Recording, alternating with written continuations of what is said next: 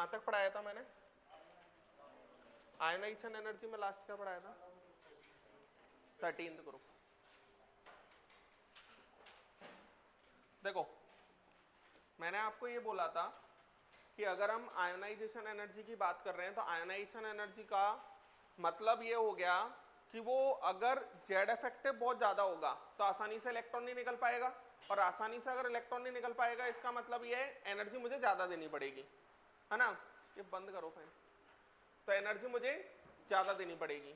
दूसरी बात ये थी कि डाउन द ग्रुप जाने पर नंबर ऑफ सेल बढ़ते हैं तो इलेक्ट्रॉन दूर होता है, तो ऑटोमेटिक सी बात है न्यूक्लियस के इन्फ्लुएंस से दूर हो जाएगा तो आसानी से इलेक्ट्रॉन दे देगा। कुल मिलाकर जो आसानी से इलेक्ट्रॉन देना चाहता है तो मुझे कम एनर्जी खर्च करनी पड़ेगी, जो बहुत देर में इलेक्ट्रॉन देना चाहता है उस पर मुझे बहुत ज्यादा एनर्जी खर्च करनी पड़ेगी तब वो इलेक्ट्रॉन देगा। इस तरीके से है। अब पीरियड में कहां कहां दिक्कत थी एस और पी के, ये सिखा दिया था मैंने आपको। ग्रुप में 13th ग्रुप की बात कर ली थी। अब हम बात करते हैं 14th ग्रुप।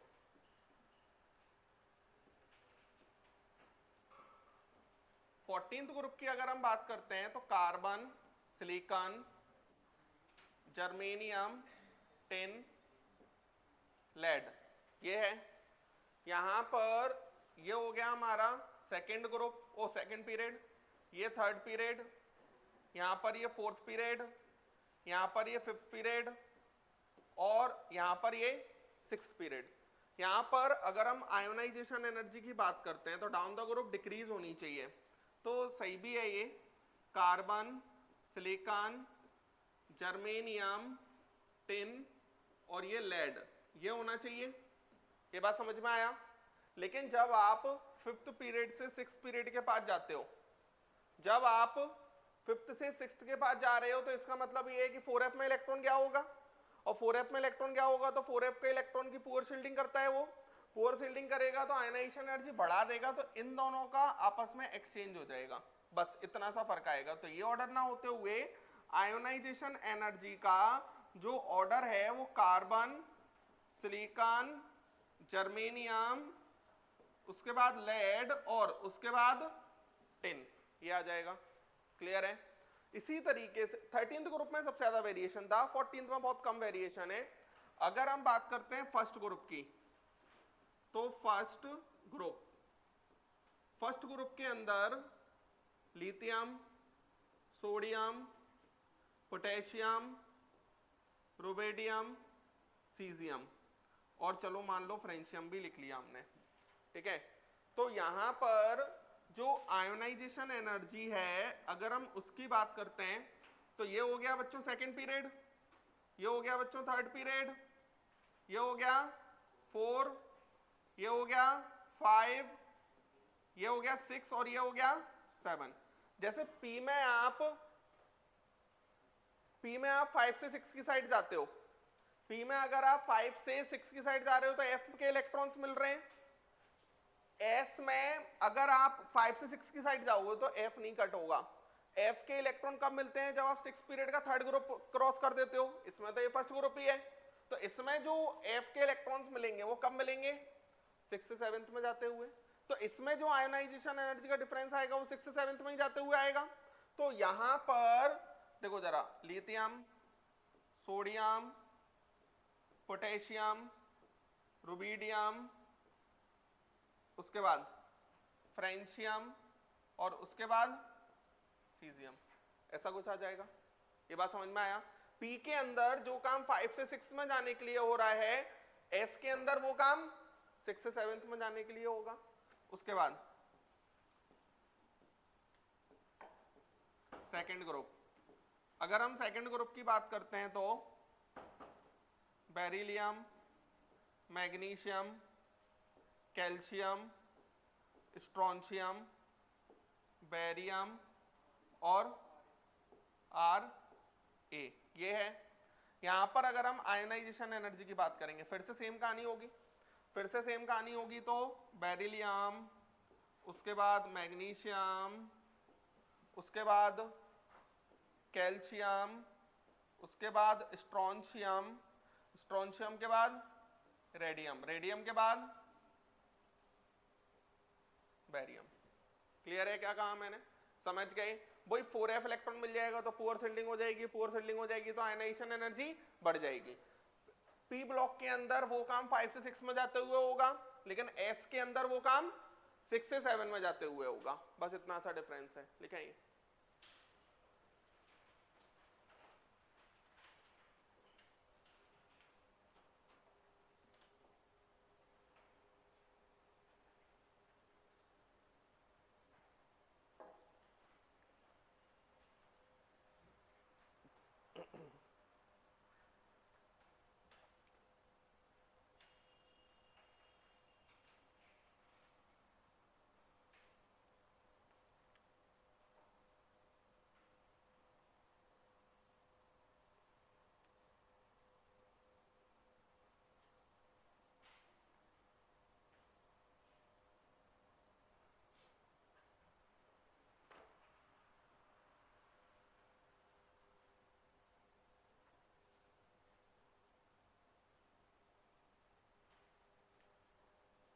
ये कंपैरिजन अभी हम एस और पी ब्लॉक के अंदर कर रहे हैं।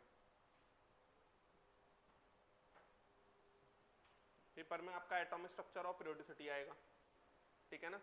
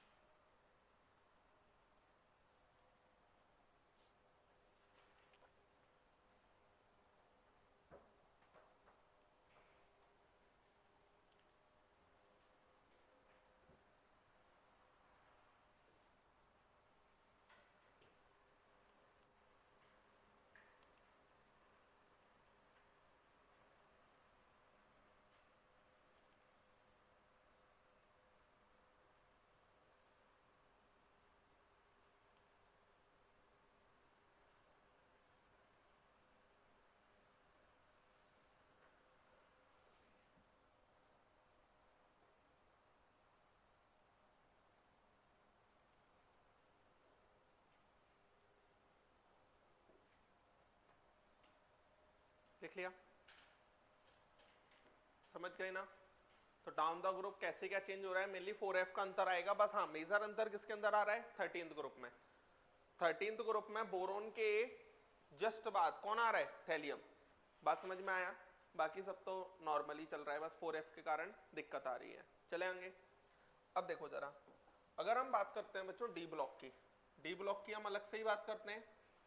अगर हम डी ब्लॉक की बात करेंगे तो समझना थोड़ा सा, डी ब्लॉक के अंदर बच्चों 4th पीरियड से डी ब्लॉक चालू होता है, इसको फर्स्ट ट्रांजिशन सीरीज कहा जाता है। इसके नीचे सेकेंड ट्रांजिशन सीरीज और इसके नीचे थर्ड ट्रांजिशन सीरीज, यही होता है। अब यहां पर थर्ड ग्रुप से चालू होता है, थर्ड ग्रुप से चालू होगा तो ये आ जाएगा स्कैंडियम, इट्रियम और लैंथनम, है ना, याद भी करते जाएं थोड़ा थोड़ा। उसके बाद यहां पर क्या आ जाएगा, टाइटेनियम, जिरकोनियम, हैफनियम। ये बात समझ में आया। उसके बाद अगर हम यहां पर देखते हैं तो ये क्या आ जाएगा, copper, silver, gold, zinc, cadmium, mercury. देखो इधर, अगर हम आयोनाइजेशन एनर्जी की बात करते हैं तो आयोनाइजेशन एनर्जी का ये हमारा 4th पीरियड होगा बच्चों, और ये हमारा 5th पीरियड होगा, और ये हमारा 6th पीरियड होगा। बात समझ में आ रही है। ये 4th पीरियड है, ये 5th पीरियड है और ये 6th पीरियड है। तो ionization energy down the group decrease होनी चाहिए। तो जैसे मान लो टाइटेनियम सबसे ज्यादा होना चाहिए, फिर जिरकोनियम, फिर हैफनियम, ये होना चाहिए। लेकिन ऐसा ऑर्डर नहीं होगा। यहां पर जब आप इधर से इधर जा रहे हो तो कोई दिक्कत नहीं है, लेकिन जब आप इधर से इधर जा रहे हो तो इलेक्ट्रॉन किस में चला गया होगा, 4f में, क्योंकि आप 6th पीरियड का 3rd ग्रुप क्रॉस करके ही तो पहुंचोगे। ये 6th पीरियड का 4th ग्रुप में होगा हैफनियम। अरे समझ आता है? तो इसके अंदर 4f में इलेक्ट्रॉन चला गया तो पुअर सेटलिंग हो गया। पुअर सेटलिंग करेगा तो बचा नहीं पाएगा बाहर के इलेक्ट्रॉन को, जेड इफेक्टिव इतना ज्यादा बढ़ जाएगा कि उसका आयनाइजेशन एनर्जी बहुत बढ़ जाता है। और इसका जो आयोनाइजेशन एनर्जी का जो ऑर्डर आता है ना, वो 312 आता है। 312 मतलब डाउन द ग्रुप में 3rd ट्रांजिशन सीरीज, फिर 1st ट्रांजिशन सीरीज, उसके बाद 2nd ट्रांजिशन सीरीज। क्लियर? मतलब जैसे उसमें आया था ना 2nd और 3rd ट्रांजिशन सीरीज का अप्रोक्सीमेटली इक्वल, इसमें डाउन द ग्रुप जाने पर सबसे ज्यादा 3rd ट्रांजिशन सीरीज एक ही ग्रुप के अंदर, हैफनियम के बाद टाइटेनियम, टाइटेनियम के बाद जिरकोनियम। क्लियर है क्या कह रहा हूं मैं? उसके बाद में जैसे यहां पर गोल्ड, गोल्ड के बाद कॉपर, कॉपर के बाद सिल्वर, 312 डाउन द ग्रुप जाने में ऐसा चलेगा। क्लियर है? हाँ, अब यहां पर बट इन 3rd ग्रुप, अगर हम 3rd ग्रुप की बात करते हैं तो 3rd ग्रुप के अंदर scandium, yttrium, lanthanum, scandium, yttrium और लैंथनम, अगर हम इसकी बात करते हैं तो डाउन द ग्रुप जाने पर डिक्रीज ही होगा, यहां तो 4f आएगा ही नहीं। अरे 3rd ग्रुप में 4f नहीं आता ना, 3rd ग्रुप जब हम क्रॉस कर लेते हैं तब 4f के इलेक्ट्रॉन्स आते हैं। तो यही साइज में भी हुआ था, यही यहां पर भी हो रहा है। यहां पर हम लेफ्ट टू राइट को कंपेयर अभी नहीं कर रहे हैं, हम सिर्फ किसको कंपेयर कर रहे हैं, डाउन द ग्रुप को। लिख लें,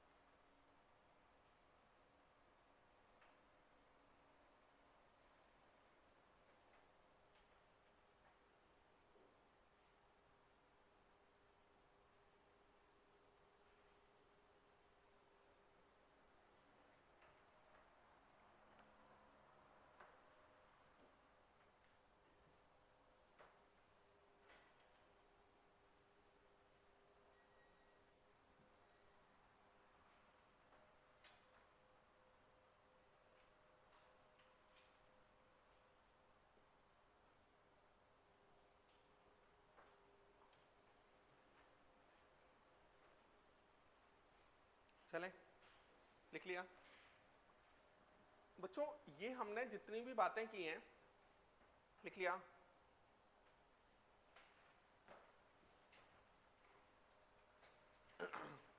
ये सारी बातें हमारी फर्स्ट आयोनाइजेशन एनर्जी के लिए हैं। फर्स्ट आयोनाइजेशन एनर्जी का मतलब जब कोई भी एटम अपना पहला इलेक्ट्रॉन निकाले। ये बात समझ में आया? मान लो अगर कभी भी उसने सेकंड आयोनाइजेशन एनर्जी या थर्ड आयोनाइजेशन एनर्जी का फैक्टर पूछा, सेकंड आयोनाइजेशन एनर्जी या थर्ड आयोनाइजेशन एनर्जी का फैक्टर पूछा, तो वो क्वेश्चन किससे होगा? वो क्वेश्चन इलेक्ट्रॉनिक कॉन्फ़िगरेशन से होगा। कैसे होगा सीखते हैं। क्वेश्चन लिखो, compare compare compare second ionization energy, compare second ionization energy of carbon, nitrogen, oxygen, fluorine. Carbon, nitrogen, oxygen, fluorine, second ionization energy. अब देखो मैं सिखाऊंगा इस क्वेश्चन को, इसके अंदर हमने जितनी भी चीजें सीखी हैं वो जनरली हम अप्लाई नहीं कर पाएंगे। हमने जो भी चीजें सीखी हैं वो अप्लाई किसके अंदर होंगी, जब पहला इलेक्ट्रॉन निकलना होगा। सेकेंड आयोनाइजेशन एनर्जी का मतलब क्या हो गया, सेकेंड इलेक्ट्रॉन निकलने वाली बात। अब जैसे अभी आप ऐसा लिखो, अगर कभी भी सेकेंड थर्ड आयोनाइजेशन एनर्जी, तो हमेशा इलेक्ट्रॉनिक कॉन्फ़िगरेशन से क्वेश्चन करना है। आप क्या लिखो, कार्बन है, कार्बन का electronic configuration 1s2 2s2 2p2, यही होता है ना। अगर हम बात करते हैं नाइट्रोजन, तो नाइट्रोजन का electronic configuration 1s2 2s2 2p3, oxygen का 1s2 2p4 और फ्लोरीन का 1s2 2s2 2p5, ये आएगा। बात समझ में आया। अब इसके अंदर अगर हम बात करते हैं, देखो जरा, कार्बन, नाइट्रोजन, ऑक्सीजन, फ्लोरीन, ये है, ठीक है। सेकेंड आयोनाइजेशन एनर्जी का मतलब है एक एक इलेक्ट्रॉन तो निकल चुका, तभी तो सेकंड पे पहुंचेंगे। तो आप क्या करो, इलेक्ट्रॉनिक कॉन्फ़िगरेशन में से एक एक इलेक्ट्रॉन गायब कर दो। ये 2p1 हो जाएगा, ये 2p2 हो जाएगा, ये 2p3 हो जाएगा और ये 2p4 हो जाएगा। आ रही है बात समझ। अब इनमें से एक एक इलेक्ट्रॉन निकलना है। ये जो एलिमेंट्स हैं ये लेफ्ट टू राइट के, लेफ्ट टू राइट मतलब पीरियड में आ रहे हैं, ये एक ही पीरियड में आ रहे होंगे। मैं इसका second ionization energy first ionization energy के टाइप से ही लिख दो, बिना दिमाग लगाए। लेफ्ट टू राइट बढ़ती है ना, क्योंकि जेड इफेक्टिव बढ़ता है, ये सीखा है ना हमने, वही दिमाग लगा के लिख दो आप। कार्बन, नाइट्रोजन, ऑक्सीजन, फ्लोरीन लिख दोगे। कार्बन, नाइट्रोजन, ऑक्सीजन, फ्लोरीन, कोई टेंशन नहीं है। फिर मैंने चेक किया, मैंने कहा कि कहीं यहां पर वो दो फैक्टर्स तो नहीं लग रहे हैं जो मैंने सिखाए हैं आपको। कौन से दो फैक्टर्स, हाफ फिल्ड कॉन्फ़िगरेशन या फुली फिल्ड कॉन्फ़िगरेशन, या वो S वाला जो S2 होता है उससे इलेक्ट्रॉन आसानी से नहीं निकल पाता, S2 वाला भी सिखाया था ना। तो यहां पर ऐसा फैक्टर किसके अंदर लग रहा है, ऑक्सीजन में लग रहा है। अगर ऐसा फैक्टर ऑक्सीजन में लग रहा है तो इसे नाइट्रोजन में लगाता, तो नाइट्रोजन अपने जस्ट आगे वाले से ज्यादा हो गया था, यही हुआ था। यहां पर वो फैक्टर किसमें लग रहा है, ऑक्सीजन में, तो ऑक्सीजन फ्लोरीन वाले से ज्यादा हो जाएगा, तो फ्लोरीन यहां आ जाएगा, ऑक्सीजन यहां आ जाएगा, बात खत्म हो गई। आया समझ। ये सेकेंड आयोनाइजेशन एनर्जी का ऑर्डर हो गया। एक और बार बता देता हूं, सेकेंड आयोनाइजेशन एनर्जी का ऑर्डर हम हमेशा किससे निकालेंगे, इलेक्ट्रॉनिक कॉन्फ़िगरेशन से। इलेक्ट्रॉनिक कॉन्फ़िगरेशन लिख लो, एक इलेक्ट्रॉन निकाल दो, फिर दूसरे इलेक्ट्रॉन के लिए। अब सेम पीरियड के डाउन द ग्रुप होते हैं तो मैं डिक्रीज कर देता, लेफ्ट टू राइट में इंक्रीज होती है तो मैंने इंक्रीज कर दिया। फिर मैंने जो दो फैक्टर सिखाए हैं वो फैक्टर लगाया करो। दो फैक्टर सिखाए हैं, इसमें किसी में लग रहेगा वो फैक्टर, ऑक्सीजन में लग रहा है, क्योंकि ऑक्सीजन 2p3 है, 2p3 में से इलेक्ट्रॉन निकलना है इसमें, that is half field configuration में से इलेक्ट्रॉन निकलना है। निकलने में दिक्कत आएगी, तो आसानी से निकल नहीं पाएगा, तो एक आगे वाले से ज्यादा हो जाता है, तो आगे वाला पीछे आ जाता है, पीछे वाला आगे पहुंच जाता है। ऐसा ही नाइट्रोजन और ऑक्सीजन में होता है, लिख लें।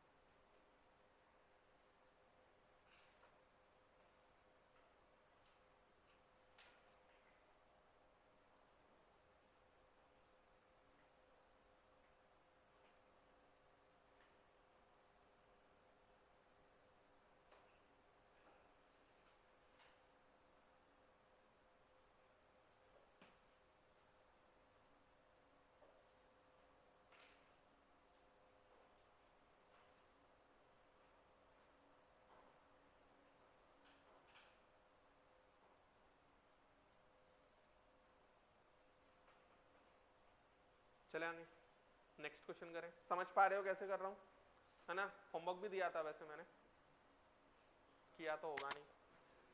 हाँ किया है पक्का?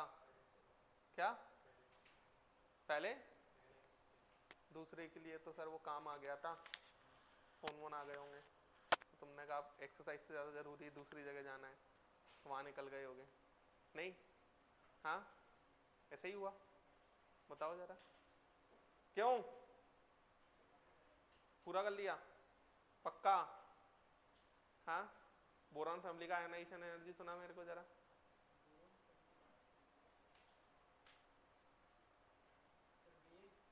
क्या? हाँ बोरॉन बी अकेला होता है, टी टी एल, बोरॉन के बाद टी एल आता है। हाँ सही है। और नाइट्रोजन और ऑक्सीजन में किसकी आयनाइजेशन एनर्जी ज़्यादा होती है? नाइट्रोजन की ज़्यादा होती है। और बेरिलियम और बोरॉन में बेरिलियम की ज़्यादा होती है। वो दो फैक्टर से याद रखने हैं। तबीयत सही है तुम्हारी? हाँ पक्का? हो गया होमवर्क पूरा? उतना ही, वो ही पूरा है, एक्स्ट्रा कैसे करोगे? हाँ चलो नेक्स्ट क्वेश्चन लिखो। Compare compare compare second ionization energy, compare second ionization energy of lithium, beryllium, boron, carbon. Lithium, beryllium, boron, carbon. लगाओ दिमाग, दिमाग तो होता ही है हमारे पास, करो यूज थोड़ा उसे।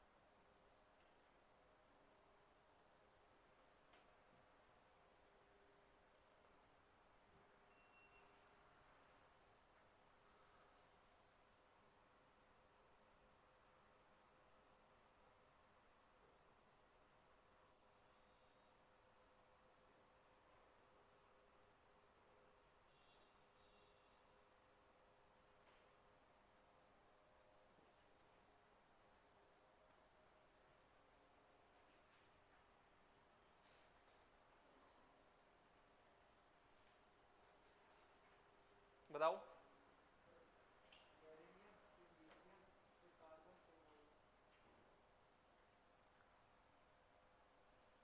देखो उधर, सबसे पहले इलेक्ट्रॉनिक कॉन्फ़िगरेशन लिख लिया करो। लिथियम, लिथियम का इलेक्ट्रॉनिक कॉन्फ़िगरेशन नॉर्मल लिख लिया करो आप, 1s2 2s1, यही होगा। उसके बाद बेरिलियम, तो बेरिलियम का इलेक्ट्रॉनिक कॉन्फ़िगरेशन 1s2 2s2। फिर बोरॉन, बोरॉन का electronic configuration 1s2 2s2 2p1। फिर कार्बन, कार्बन का electronic configuration 1s2 2s2 2p2। ठीक है ना, 1s2 2s2 2p2। अब आप एक एक इलेक्ट्रॉन निकाल दो सब में से। समझ आ रहा है कैसे करना है? यही तरीका है इनको करने का। एक एक एक और एक। बच्चों सही है ना सब? हाँ, आसपास में अगर कोई भी नोबल गैस आ गया, lithium is just like helium, तो फिर हाफ फिल्ड वाला तो एक आगे खिसकता है, लेकिन अगर कोई भी नोबल गैस आ गया उसके आगे के तीनों सबसे आगे खिसक जाएगा। समझ में आया? तो यहां पर सबसे ज्यादा लिथियम हो गया बस। अब बाकी के तीन है, तो आप तो वैसे ही अरेंज कर दो लेफ्ट टू राइट में। Beryllium,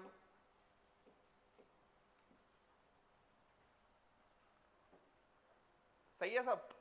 beryllium, boron, carbon. अब जो मैंने दो फैक्टर सिखाए हैं आपको जिसमें एक आगे खिसक जाता है, उसमें से कोई फैक्टर लग रहा है क्या इसमें?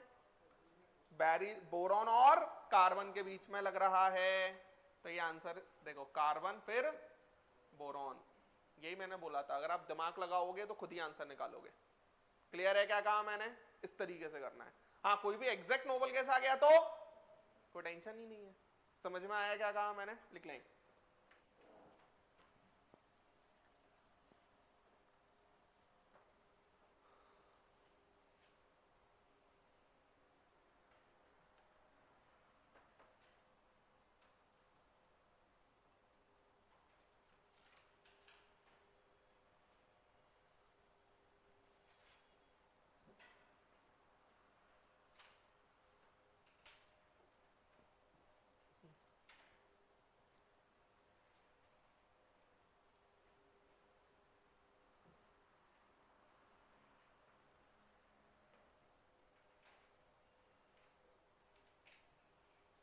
चले आगे, लिख लिया? अब देखो, लिख लो, समझ गए ना कैसे करना है? तो इलेक्ट्रॉनिक कॉन्फ़िगरेशन के अकॉर्डिंग ही हो जाएगा। अब जैसे एक क्वेश्चन और बनता है, जैसे वो ए है, ए का आयोनाइजेशन एनर्जी 1, ये है 10 इलेक्ट्रॉन वोल्ट। आयोनाइजेशन एनर्जी 2, ये है 12 इलेक्ट्रॉन वोल्ट। आयोनाइजेशन एनर्जी 3, ये है 15 इलेक्ट्रॉन वोल्ट। और आयोनाइजेशन एनर्जी 4, ये है 90 इलेक्ट्रॉन वोल्ट। ठीक है? अब वो क्वेश्चन पूछेगा आपसे, how many valence electron are present in a. ठीक है? उसके साथ में उसने ये भी लिख के दिया है कि जो ए है वो हमारा एस और पी ब्लॉक एलिमेंट है। जो हमारा ए है वो हमारा एस और पी ब्लॉक एलिमेंट है। ठीक है? अब इस क्वेश्चन को कैसे करना है समझो बच्चों। आप इसमें जंप देखा करो। देखो, सक्सेसिव आयनाइजेशन एनर्जी दूसरी वाली पहली से हमेशा ज्यादा होगी, ये तो हमने सीखा ही है। तीसरी वाली दूसरे से हमेशा ज्यादा होगी, सेम एलिमेंट के लिए कुछ भी होता रहे, यही सीखा है ना हमने। अब यहाँ 15 से सीधे 90 पे बात पहुंच रही है, इसका मतलब सडन इंक्रीज हो रहा है। सडन इंक्रीज हो रहा है मतलब वो ये इलेक्ट्रॉन देना नहीं चाहता, बहुत एनर्जी देना पड़ रही है मुझे, तब निकलना चाह रहा है। तो यहां पर इसका नोबल गैस आ गया होगा, समझे? यहां पर नोबल गैस आ गया होगा, तो फिर इलेक्ट्रॉन नहीं देना चाहेगा। तो ए से ए पॉजिटिव देने में कोई तकलीफ नहीं हुई, दैट इज आयनाइजेशन एनर्जी 1। उसके बाद ए पॉजिटिव से A+2, इसमें कोई तकलीफ नहीं हुई, दैट इज आयोनाइजेशन एनर्जी 2। फिर A+2 से A+3, आयोनाइजेशन एनर्जी 3। तो 3 आयोनाइजेशन एनर्जीज तो आराम से निकल गई। तीसरी के बाद चौथे में बहुत कष्ट हो रहा है, इसका मतलब इस जगह पर नोबल गैस कॉन्फ़िगरेशन अटेन हो गया है। इस जगह पर क्या हो गया है? नोबल गैस कॉन्फ़िगरेशन आ गया है। तो बच्चों, ए के बैलेंस सेल में कितने इलेक्ट्रॉन आए होंगे? 3। क्योंकि आप सोचो, जैसे ग्रुप 1 में जो एल्कलाइन मेटल्स होते हैं उसमें कितने बैलेंस इलेक्ट्रॉन होते हैं? 1। एल्कलाइन अर्थ मेटल में कितने होते हैं? 2। 13th ग्रुप में कितने होते हैं? 3। 14th ग्रुप में कितने होते हैं? 4। 15th ग्रुप में कितने होते हैं? 5। इस तरीके से। तो 3 के बाद नोबल गैस आ गया, मतलब ये किस ग्रुप का एलिमेंट रहा होगा? 13th ग्रुप का। बैलेंस सेल में कितने इलेक्ट्रॉन होंगे? 3। और ग्रुप नंबर क्या होगा? 13। अरे समझ गए? अगर मान लो सडन जंप दूसरे के बाद आ जाता तो ये ग्रुप नंबर क्या होता? 2। ये बात समझ में आया? और बैलेंस सेल में कितने इलेक्ट्रॉन होते? 2, क्योंकि 2 के बाद नोबल गैस आ गया। ग्रुप नंबर ये डिफाइन करता है उसके बैलेंस सेल में कितने इलेक्ट्रॉन है। ग्रुप नंबर अगर 1 है तो बैलेंस सेल में 1 इलेक्ट्रॉन, ग्रुप नंबर 2 है तो बैलेंस सेल में 2 इलेक्ट्रॉन, 13 है तो 3, 14 है तो 4, 15 है तो 5, 6, 7 और 8। आप कहोगे सर आपने इसमें S और P क्यों लिखा, D क्यों नहीं लिखा? क्योंकि D के साथ दिक्कत है। मैंने आपको जब पढ़ाया होगा तो एक लाइन लिखवाया होगा कि D block elements variable oxidation state show करते हैं, लिखवाया है। उसका मतलब ये होता है वो एक से ज्यादा ऑक्सीडेशन स्टेट शो कर सकते हैं। तो उसमें एग्जैक्टली ये बता पाना कि कौन सा ऑक्सीडेशन स्टेट बनाएगा नहीं कर पाएंगे हम। हाँ, लेकिन S और P ब्लॉक एलिमेंट होगा डेट इज ग्रुप नंबर 1 से 2 और 13 से 18, उसमें एग्जैक्टली बता देंगे। बात समझ में आया क्या कहा मैंने? तो ये मुझे पता चल पा रहा है कि इसके बैलेंस सेल में 3 इलेक्ट्रॉन है और इसके ग्रुप नंबर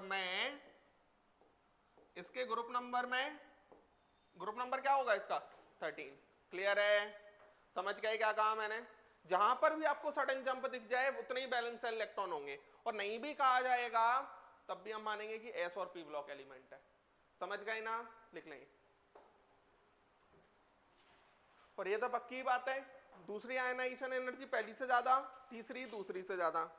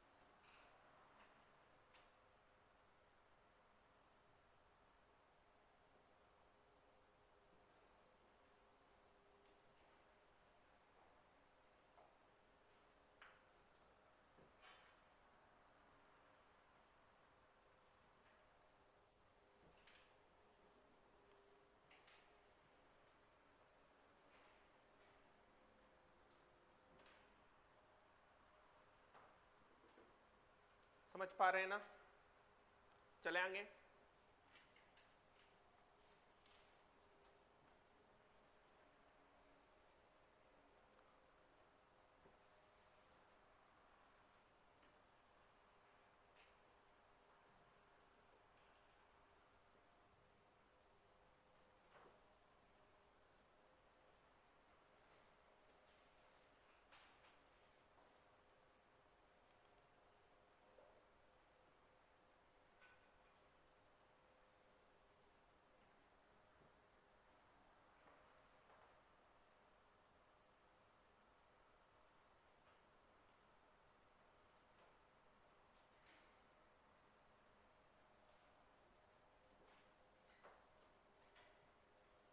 चलें।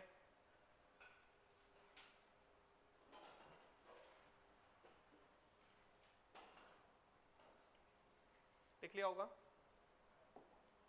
अब जैसे ये तो पक्की बात है कि आगे वाली आयोनाइजेशन एनर्जी सेम एलिमेंट के लिए पीछे वाली आयोनाइजेशन एनर्जी से ज्यादा होगी, ये तो हमने सीख ही लिया। S और P ब्लॉक एलिमेंट होगा तो इस टाइप का क्वेश्चन बहुत बनता है, बना भी देंगे। अब यहां पर अगर हम D ब्लॉक एलिमेंट्स के लिए बात करते हैं तो जैसे मान लो ionization energy N minus ionization energy N-1, N-1 अगर हमारी इसकी वैल्यू 11 इलेक्ट्रॉन वोल्ट से छोटी है। 11 इलेक्ट्रॉन वोल्ट से छोटी है मतलब समझ रहे हो, आगे वाली आयोनाइजेशन एनर्जी पीछे वाली आयोनाइजेशन एनर्जी से सिर्फ 11 इलेक्ट्रॉन वोल्ट तक बढ़ रही है, उससे कम बढ़ रही है। तो फिर हम ऐसा मानेंगे कि एलिमेंट इज स्टेबल, ये डी ब्लॉक एलिमेंट्स के लिए है मेनली, इन हायर, मेनली इस पर क्वेश्चन कम बनते हैं, ऑक्सीडेशन स्टेट। मतलब ऐसे समझो इसको कि जैसे मान लो कोई एलिमेंट ए है, उसने +1 बनाया और +1 बनाने में जो उसकी आयोनाइजेशन एनर्जी खर्च हुई वो 10 इलेक्ट्रॉन वोल्ट लगी। +2 बनाने में जो उसकी आयोनाइजेशन एनर्जी खर्च हुई वो हमारी 18 इलेक्ट्रॉन वोल्ट है, डेफिनेटली इससे तो ज्यादा ही होगी। तो 18 - 10 कर दो, 18 - 10 कर दोगे तो 8 आ जाएगा। 8 आने का मतलब ये है कि एलिमेंट हायर ऑक्सीडेशन स्टेट में ज्यादा स्टेबल है, मतलब किसमें, +2 में। बात समझ में आया क्या कहा मैंने, समझ गए ना। हायर ऑक्सीडेशन स्टेट मतलब चार्ज, ऑक्सीडेशन स्टेट मतलब चार्ज। क्लियर है ये बात क्या कहा मैंने इसी, और ये तो बड़ा तो हो गई, ये तो पक्की बात है, इसमें तो कोई टेंशन ही नहीं है।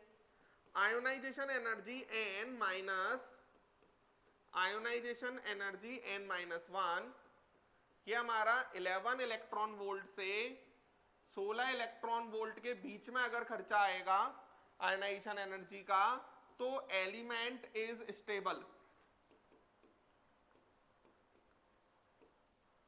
Both oxidation state. Both oxidation state मतलब लोअर में भी स्टेबल है और हायर में भी स्टेबल है।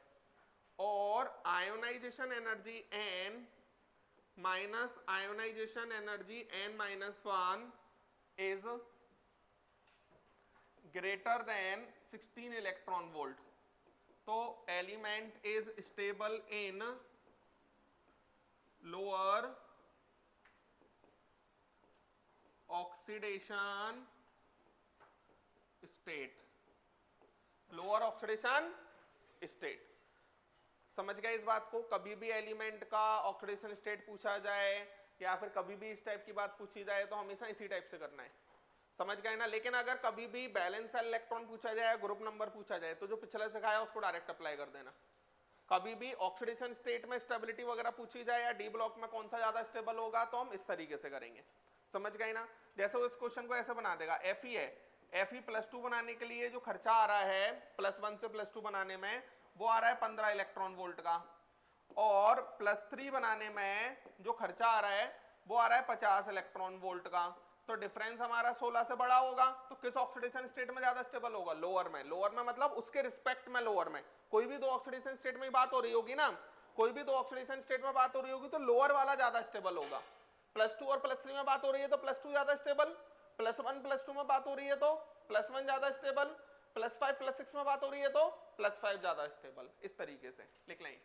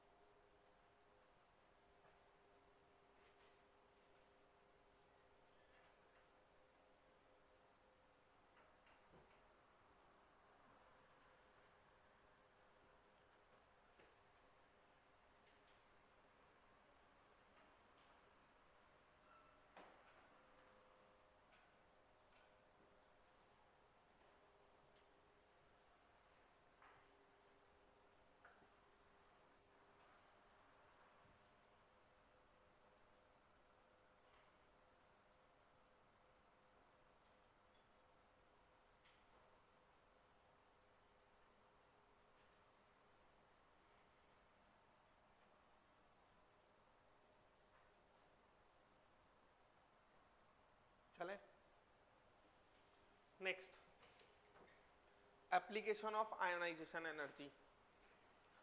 Application of ionization energy, application of ionization energy. अगर हम एप्लीकेशन ऑफ आयोनाइजेशन एनर्जी की बात करते हैं तो इसमें सबसे पहले एप्लीकेशन की बात करते हैं। सबसे पहला एप्लीकेशन है मेटलिक कैरेक्टर। मेटलिक कैरेक्टर, देखो बच्चों एक चीज हम जानते हैं, मेटल्स का काम क्या होता है? इलेक्ट्रॉन देना। जो जितनी आसानी से इलेक्ट्रॉन दे देगा मेटलिक कैरेक्टर उतना हाँ उसका ज्यादा होगा। अच्छा, आसानी से इलेक्ट्रॉन देना मतलब आयनाइजेशन एनर्जी कम होना। आसानी से इलेक्ट्रॉन देना मतलब आयनाइजेशन एनर्जी कम होना।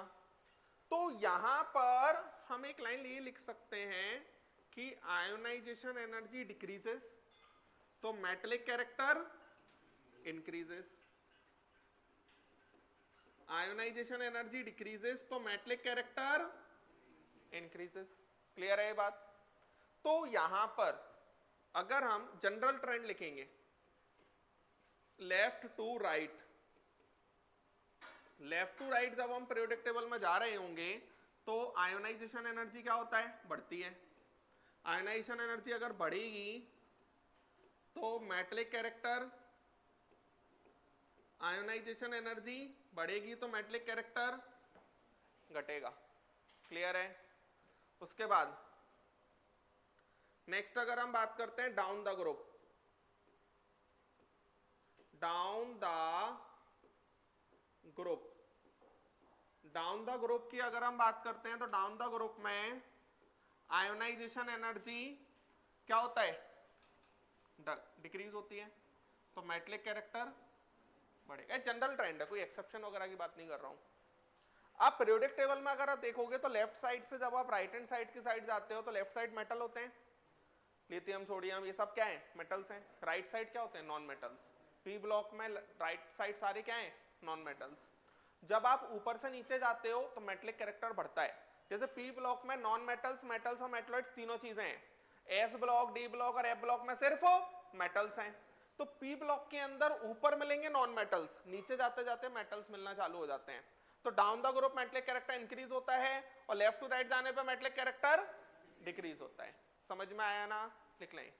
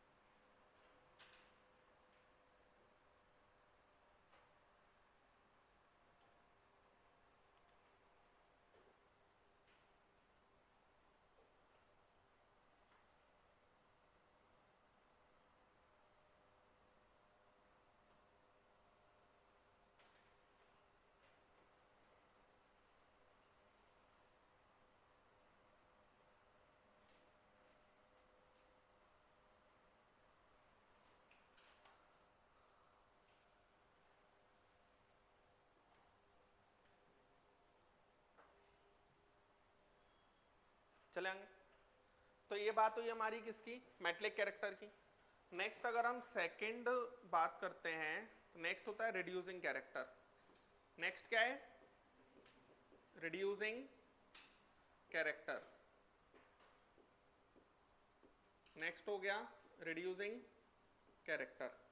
अगर हम रिड्यूसिंग कैरेक्टर की बात करते हैं तो बच्चों एक चीज जानते हो आप, जैसे कोई लॉस ऑफ इलेक्ट्रॉन को ऑक्सीडेशन कहा जाता है, इतना जानते हैं? लॉस ऑफ इलेक्ट्रॉन को क्या कहा जाता है? ऑक्सीडेशन। तो एक बात सोचो, कोई भी आसानी से लॉस कर रहा है इलेक्ट्रॉन का, मतलब इलेक्ट्रॉन देना चाह रहा है, इलेक्ट्रॉन देना चाह रहा है मतलब आसानी से आयनाइजेशन एनर्जी उसकी क्या होगी? कम होगी। तो मैं एक लाइन बोल सकता हूं जो आसानी से इलेक्ट्रॉन दे देगा वो उसका ऑक्सीडेशन आसानी से हो जाएगा, उसका ऑक्सीडेशन आसानी से हो जाएगा। रिड्यूसिंग पावर, जो खुद ऑक्सीडाइज होते हैं वो दूसरों को क्या करते हैं, रिड्यूस। जो खुद ऑक्सीडाइज होते हैं वो दूसरों को क्या करते हैं, रिड्यूस, है ना। तो यहां पर एक बात समझ लो कि आयोनाइजेशन एनर्जी डिक्रीजेस, तो आसानी से इलेक्ट्रॉन चला जाएगा, तो दूसरे को रिड्यूस आसानी से कर देगा, खुद ऑक्सीडाइज आसानी से हो जाएगा। तो आयोनाइजेशन एनर्जी डिक्रीजेस, तो रिड्यूसिंग पावर, रिड्यूसिंग पावर क्या हो जाएगा, इंक्रीजेस। ये बात समझ में आया। हर जगह पर लगभग ये ट्रेंड फॉलो होगा। जैसे यहां पर X gives X positive plus electron, ये खुद क्या हो गया, ऑक्सीडाइज, खुद ऑक्सीडाइज हो गया, तो दूसरों को क्या करेगा, रिड्यूस। और रिड्यूसिंग पावर का मतलब क्या होता है, रिड्यूसिंग पावर का मतलब हो गया कि दूसरे को रिड्यूस करने की पावर कितना आसानी से कर देगा। तो जितना आसानी से इलेक्ट्रॉन खुद दे देगा उतना आसानी से दूसरा रिड्यूस हो जाएगा। बहुत सिंपल सी बात है। ये ट्रेंड हर जगह फॉलो होगा। This order is followed everywhere,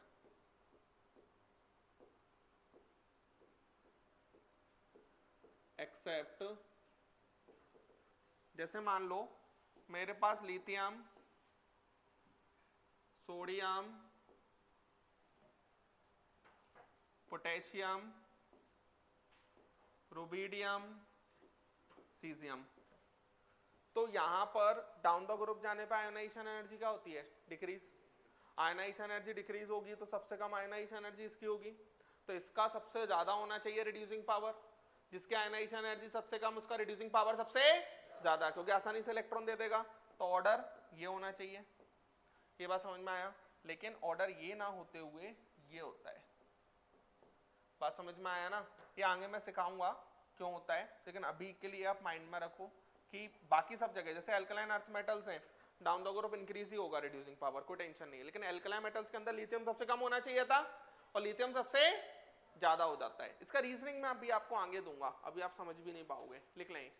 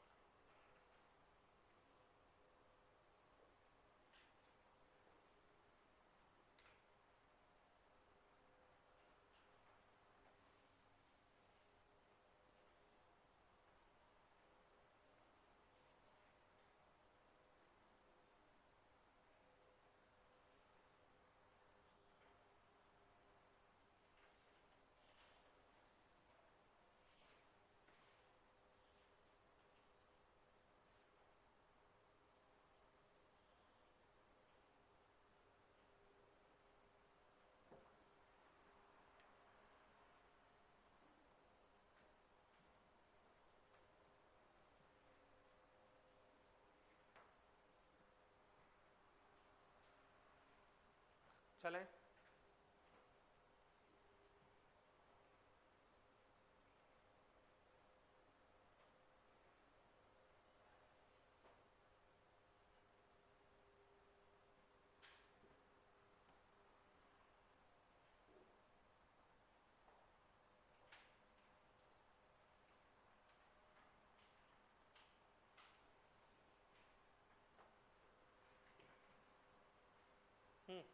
लिख लिया।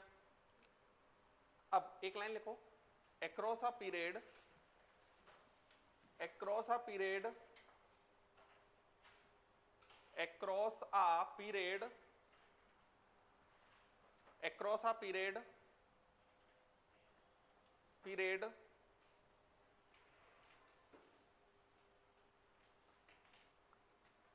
ionization energy increases, ionization energy increases, तो reducing character क्या होगा, decrease. So reducing character decreases. So reducing character decreases.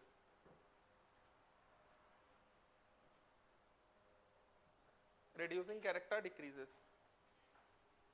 Line change करके एक लाइन और लिखो. Reducing character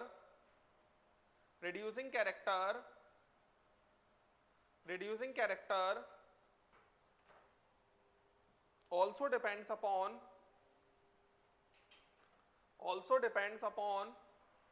देखो रिड्यूसिंग कैरेक्टर अकेला इसी पे डिपेंड नहीं करता, और भी फैक्टर्स होते हैं जिसके कारण ये चेंज आया है. डेल्टा एस सब्लिमेशन, आगे सीखेंगे, अभी हम इसको बस लिख लो आप ये. आयोनाइजेशन एनर्जी और डेल्टा एच हाइड्रेशन एनर्जी, इन तीन फैक्टर्स पर भी डिपेंड करता है. डेल्टा एच हाइड्रेशन एनर्जी लिख लें.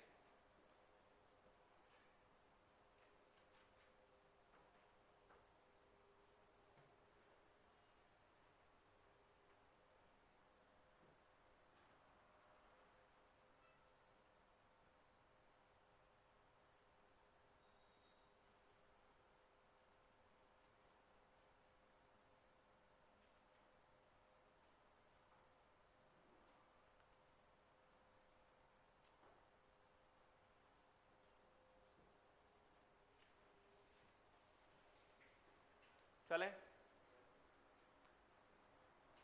लिख लिया ये. नेक्स्ट बच्चों, आपने आयनिक बॉन्ड सुना होगा, सुना है आपने? आयनिक बॉन्ड और कोवलेंट, ये दोनों तो सुने होंगे. थर्ड एप्लीकेशन लिखो, to determine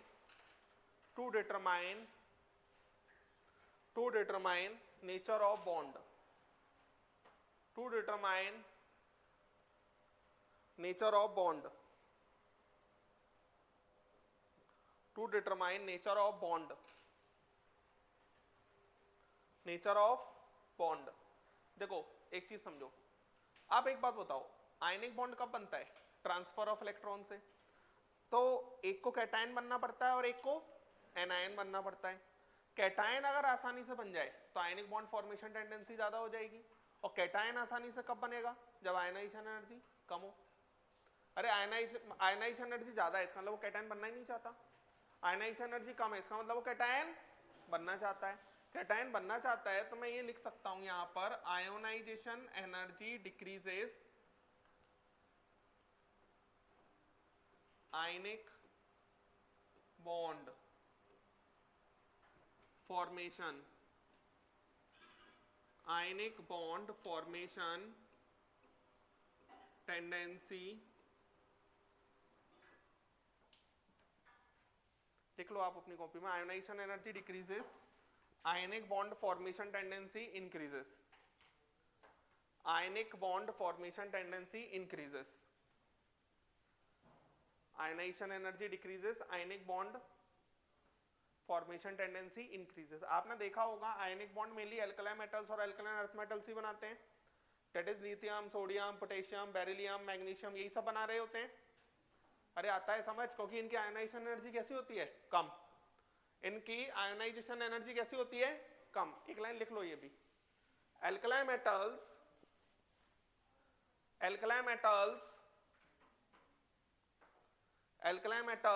and alkaline earth metals,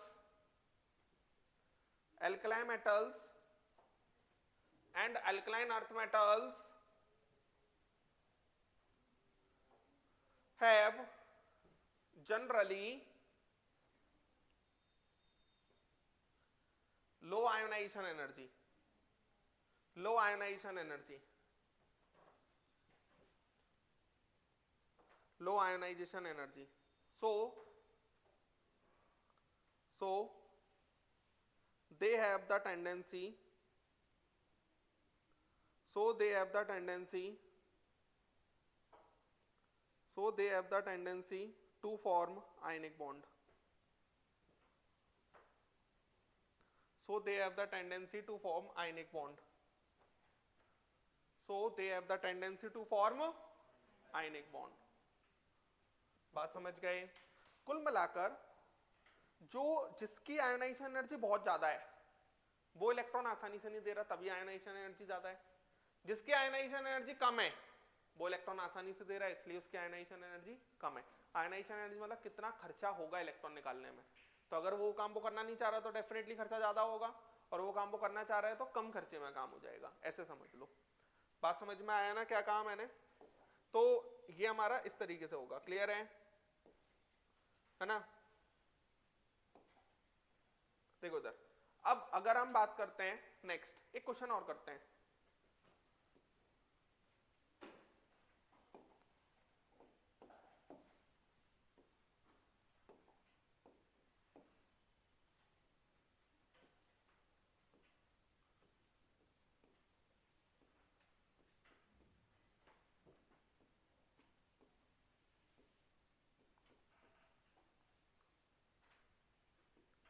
ionisation energy बतानी है। ये ए है, ये बी है, ये मैग्नीशियम से Mg पॉजिटिव और ये Mg+2, ये C है और ये D है। कंपेयर करना है ionization energy, A B C D चारों एक साथ कंपेयर करने हैं। लिख लो, ये लगाओ दिमाग 2 मिनट।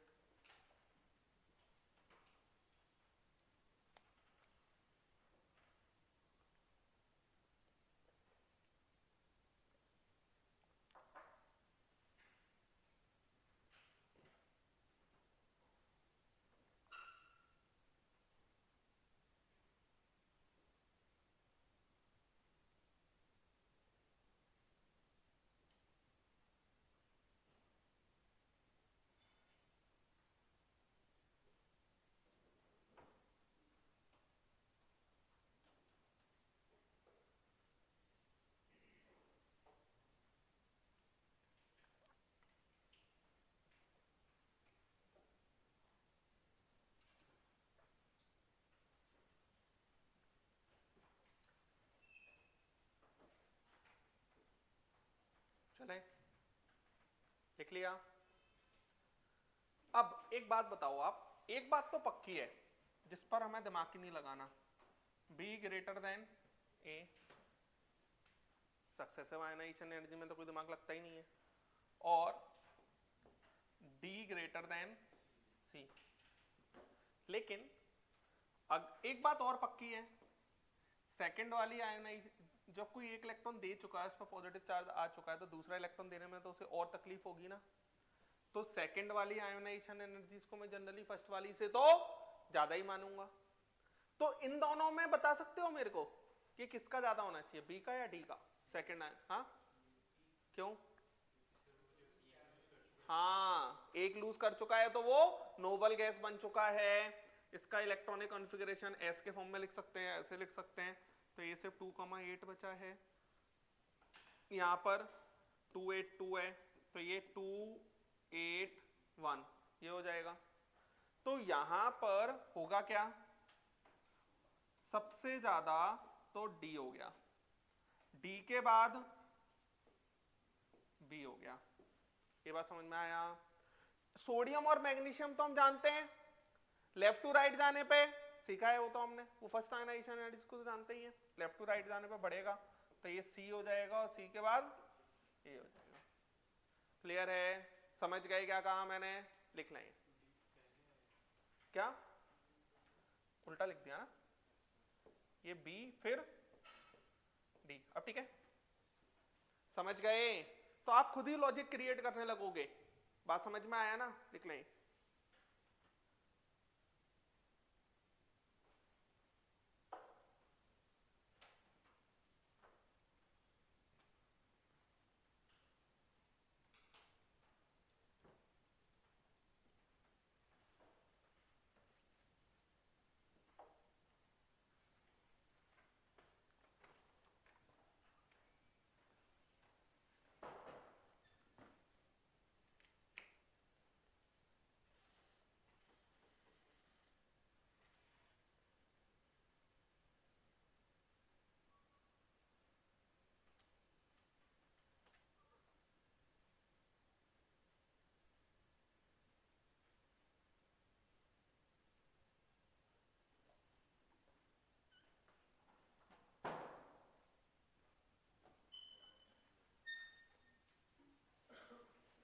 चले आएंगे।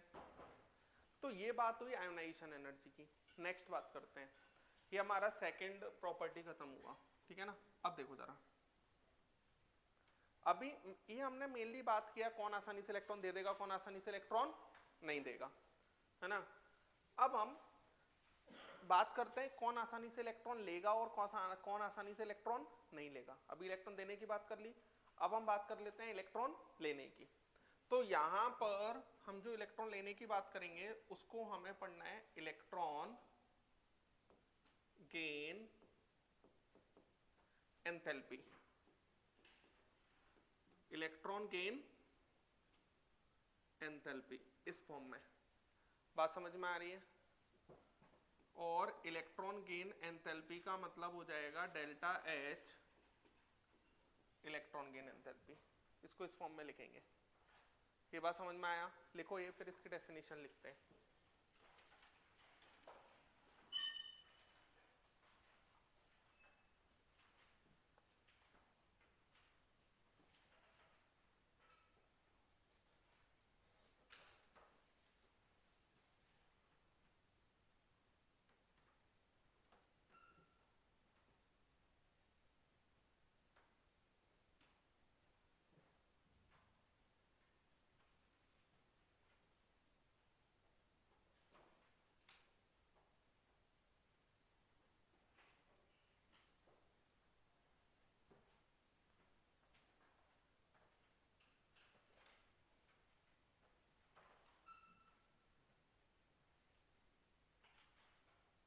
लिख लिया, एक लाइन लिखो।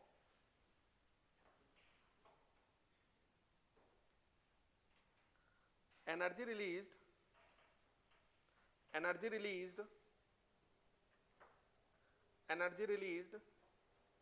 due to addition of an electron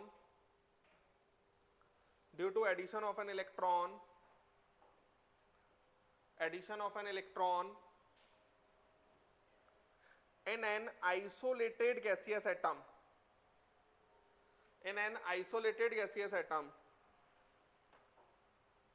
a gaseous atom is called electron gain enthalpy.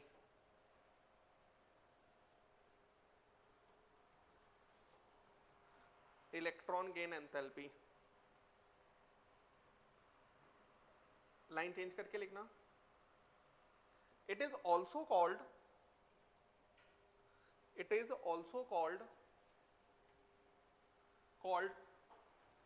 Electron affinity.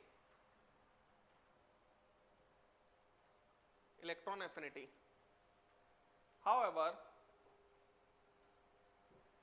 electron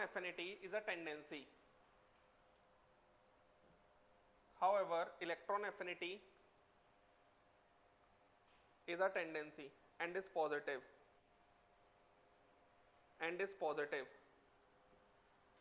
Tendency and is positive. While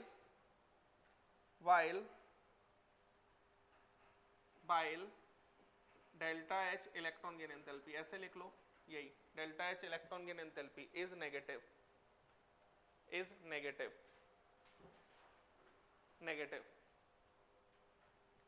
तो बच्चों एक रिलेशन भी लिख सकता हूं मैं, delta H electron gain enthalpy या फिर इलेक्ट्रॉन एफिनिटी बराबर माइनस का delta H electron gain enthalpy,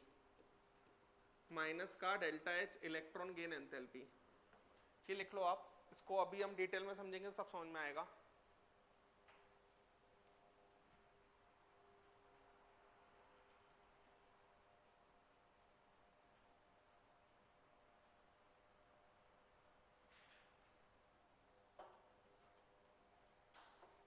जैसे बच्चों होता क्या है, जो भी केमिकल रिएक्शंस होते हैं ना जनरली, वो दो टाइप की होती हैं, एक एक्सोथर्मिक और एक, जानते हो ये, सीखा है 10th में।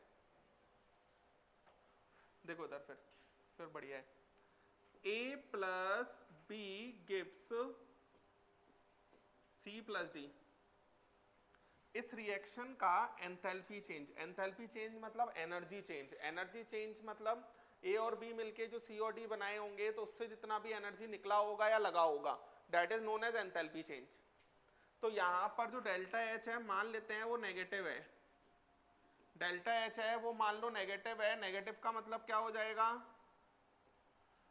नेगेटिव का मतलब एक्सोथर्मिक, नेगेटिव का मतलब एक्सोथर्मिक, बोलो एक्सोथर्मिक मतलब एनर्जी रिलीज होना, एक्सोथर्मिक मतलब एनर्जी रिलीज होना। इसी रिएक्शन को अगर मैं उल्टा लिख दूं, C plus D gives A plus B, तो अगर ये हमारा नेगेटिव में मान लो माइनस का x वैल्यू आता है, तो यही हमारा डेल्टा H प्लस एक्स आ जाएगा। माइनस था तो पॉजिटिव आएगा, पॉजिटिव था तो माइनस, सेम मैग्नीट्यूड के साथ। ये रिएक्शन कैसा हो जाएगा, एंडोथर्मिक। ये रिएक्शन कैसा हो जाएगा, एंडोथर्मिक। ये रिएक्शन कैसा हो जाएगा, एंडोथर्मिक। अगर ये एंडो होता तो ये एक्सो हो जाता, अगर ये एक्सो है तो ये एंडो, सेम, बस साइन चेंज हो जाएगा। ये बात समझ गए आप। अब इलेक्ट्रॉन गेन एंथैल्पी क्या होती है, ये इलेक्ट्रॉन गेन एंथैल्पी नहीं है, ये तो मैंने जनरली लिख दिया। इलेक्ट्रॉन गेन एंथैल्पी क्या है, मान लो कोई आइसोलेटेड गैसियस एटम है और कोई आइसोलेटेड गैसियस एटम ने इलेक्ट्रॉन लिया, और इलेक्ट्रॉन लेने से कौन सा चार्ज आता है, नेगेटिव। ये बात समझ में आ रही है। तो इसमें जो जनरली इलेक्ट्रॉन लेने में एनर्जी रिलीज होती है, जनरली, जनरली मतलब कुछ जगह दिक्कत होगी। जब भी मैं जनरली बोलूं इसका मतलब हर जगह वैलिड नहीं है वो बात। हाँ, ऑलवेज बोलूं तो हर जगह वैलिड है। जैसे मैंने कहा सक्सेसिव आयनाइजेशन एनर्जी वाले टर्म में मैंने ऑलवेज यूज किया था, मतलब वो हमेशा है। जनरली मतलब कुछ जगह दिक्कत है, ये होगा। तो इसके अंदर डेल्टा एच डिफाइन अगर मैं कर रहा हूं तो 1 मोल एक्स गैस के एटम्स ने सबने एक एक इलेक्ट्रॉन लिया होगा, तो जो एनर्जी रिलीज होगी उसे कहा जाएगा delta H electron gain enthalpy. ये बात समझ गए, delta H electron gain enthalpy ये कहा जाएगा। क्लियर है। तो 1 मोल गैसियस एटम्स ने जब सब सारे एक एक एटम ने 1 मोल के सबने एक एक इलेक्ट्रॉन ले लिया होगा, तो जो एनर्जी रिलीज होगी वो कितनी होगी, उसे कहा जाएगा इलेक्ट्रॉन गेन एंथैल्पी। समझ गए क्या कहा मैंने। इस तरीके से हमें इलेक्ट्रॉन गेन एंथैल्पी डिफाइन करना है। और ये जनरली क्या होती है, नेगेटिव। जनरली क्या होगी, नेगेटिव। लिख लें,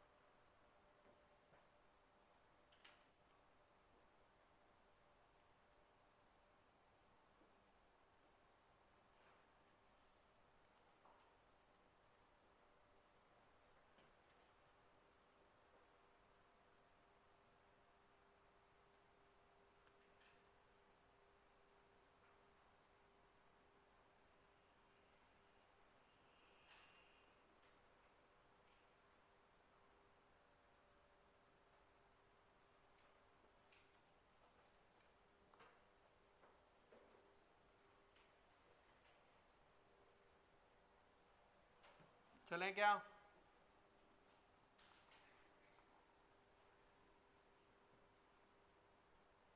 अच्छा, केमिस्ट्री के अंदर उन प्रोसेसेस को ज्यादा फेवरेबल माना जाता है जिनके अंदर अगर एनर्जी रिलीज हो रही है तो वो ज्यादा से ज्यादा हो, और अगर एनर्जी लग रही है तो कम से कम लगे। ये बात समझ में आया। एनर्जी कभी भी लगे तो वो कम से कम लगे, और एनर्जी रिलीज हो तो ज्यादा से ज्यादा हो। उन प्रोसेसेस को ज्यादा फेवरेबल माना जाएगा। जैसे आयनाइजेशन एनर्जी की बात किया तो आयनाइजेशन एनर्जी में जहां पर एनर्जी कम लग रही है उसको ज्यादा फेवरेबल माना जा रहा है। अब इसमें एनर्जी रिलीज हो रही है तो जहां जहां जितनी ज्यादा एनर्जी रिलीज होगी उतना ज्यादा फेवरेबल माना जाएगा। समझ में आया क्या कहा मैंने। यहां पर हो क्या रहा होगा, जैसे मान लो इलेक्ट्रॉन आ रहा है, इलेक्ट्रॉन इस एटम से ऐड होने आ रहा है, आइसोलेटेड गैसियस एटम से बहुत दूर से इलेक्ट्रॉन आ रहा होगा। जैसे ही पास आया होगा तो एटम के पास खुद के भी इलेक्ट्रॉन होंगे, इलेक्ट्रॉन और इलेक्ट्रॉन के बीच में रिपल्शन हो रहा होगा, like charges repel each other. Atom के पास न्यूक्लियस भी होगा, न्यूक्लियस इस इलेक्ट्रॉन को अट्रैक्ट कर रहा होगा। न्यूक्लियस का एट्रैक्शन जितना ज्यादा होगा उतना तेजी से इलेक्ट्रॉन अपनी साइड खींचेगा, तो इलेक्ट्रॉन उतना ज्यादा पास आएगा, उतना ज्यादा एनर्जी रिलीज करेगा। न्यूक्लियस का एट्रैक्शन जितना ज्यादा होगा उससे उतना ही मतलब है कि इलेक्ट्रॉन का रिपल्शन जितना कम होगा, क्योंकि इलेक्ट्रॉन रिपल्शन भी तो लगा रहे होंगे। ये बात समझ में आया क्या कहा मैंने? तो अट्रैक्शन किस पे डिपेंड करेगा न्यूक्लियस का? जेड इफेक्टिव पे। जेड इफेक्टिव जितना ज्यादा होगा उतना अच्छे से उसने अपने इलेक्ट्रॉन को पकड़ के रखा होगा और उतना ही अच्छे से वो बाहर वाले इलेक्ट्रॉन को भी खींच सकता है। बाहर वाले इलेक्ट्रॉन को रिपेल करने वाली लगभग वही बात हो गई ना, जिस तरीके से वो अपने बैलेंस सेल के इलेक्ट्रॉन को सील्ड करता है, वैसे ही अगर एटम के खुद के इलेक्ट्रॉन्स ने बाहर वाले इलेक्ट्रॉन को रिपेल बहुत ज्यादा कर दिया तो फिर वो खींच ही नहीं पाएगा अपनी साइड। ये बात समझ में आ रहा है क्या कह रहा हूं मैं? तो यहां पर इलेक्ट्रॉन गेन एंथैल्पी का मतलब ये होता है कितना ज्यादा अच्छे से न्यूक्लियस अट्रैक्ट कर सकता है, जो कि किस पर डिपेंड करेगा? जेड इफेक्टिव पे। जेड इफेक्टिव जितना ज्यादा होगा नेगेटिव में एनर्जी रिलीज उतनी ज्यादा होगी। ये बात समझ में आया क्या कहा मैंने? एक लाइन लिखो इसके अंदर, the incoming electron the incoming electron the incoming electron experiences the incoming electron experiences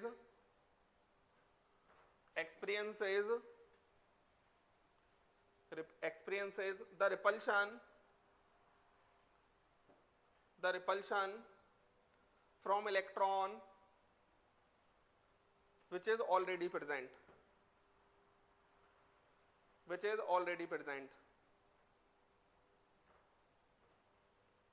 already present. It also experiences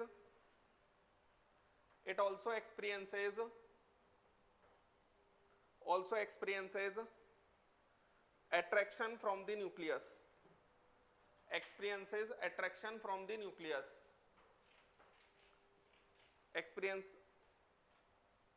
from the nucleus.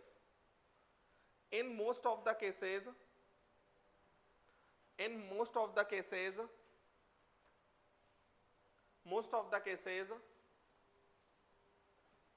for first electron gain enthalpy, first मतलब पहला इलेक्ट्रॉन लेना, first electron gain enthalpy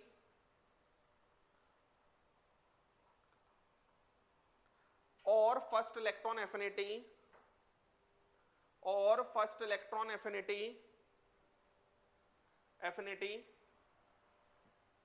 attraction is dominant on repulsion. Attraction is dominant over repulsion.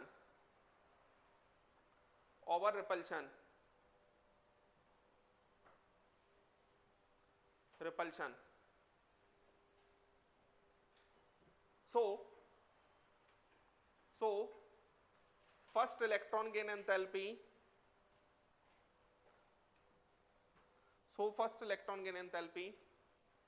equal to negative, bracket में लिख लेना generally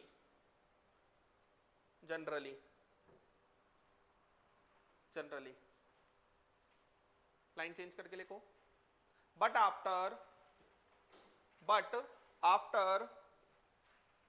formation of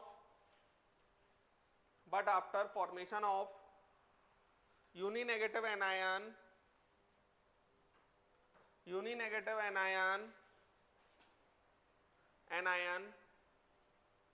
repulsion of electron is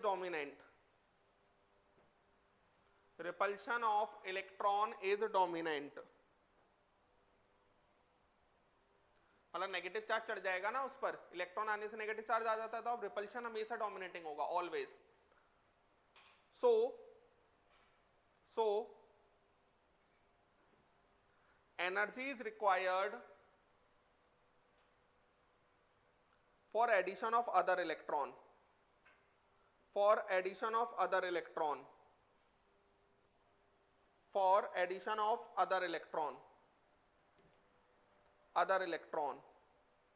hence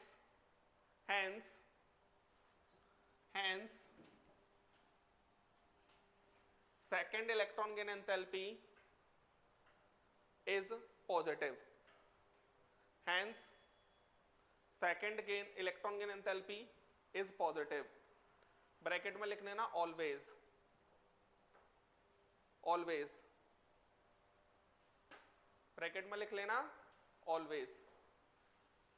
आगे लिखो magnitude magnitude समझते हो ना, साइन को हटा के, magnitude of second electron gain enthalpy, second electron gain enthalpy is always greater than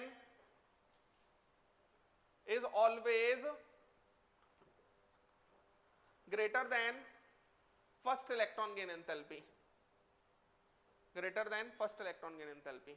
देखो इधर क्या लिखा है, जैसे मान लो कोई भी एक एलिमेंट है, उस पर हमने पहला इलेक्ट्रॉन जोड़ दिया, वो पॉजिटिव नेगेटिव कुछ भी हो सकता है, या तो एनर्जी रिलीज हो सकती है, लग भी सकती है, लेकिन दूसरा इलेक्ट्रॉन जोड़ने में हमेशा एनर्जी लगेगी, हमेशा एनर्जी लगेगी।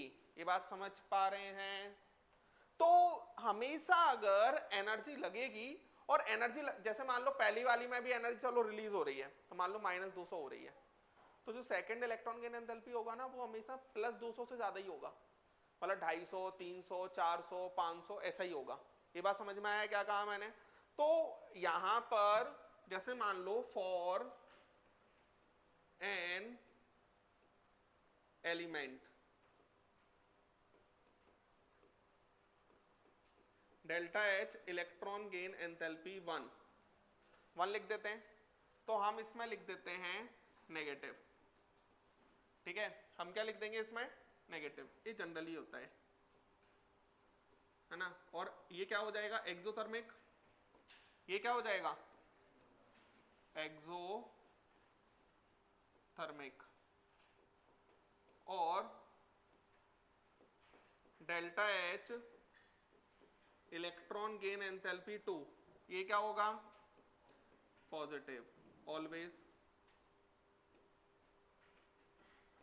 और ये क्या हो जाएगा?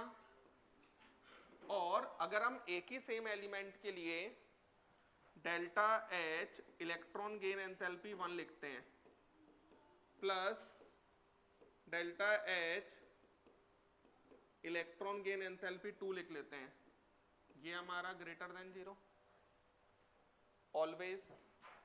ये बात समझ में आती है?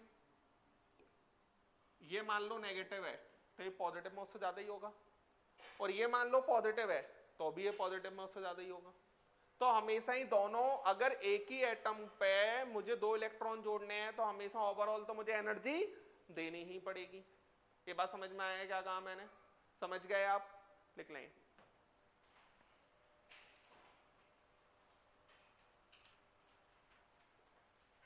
चलो इतना रखते हैं।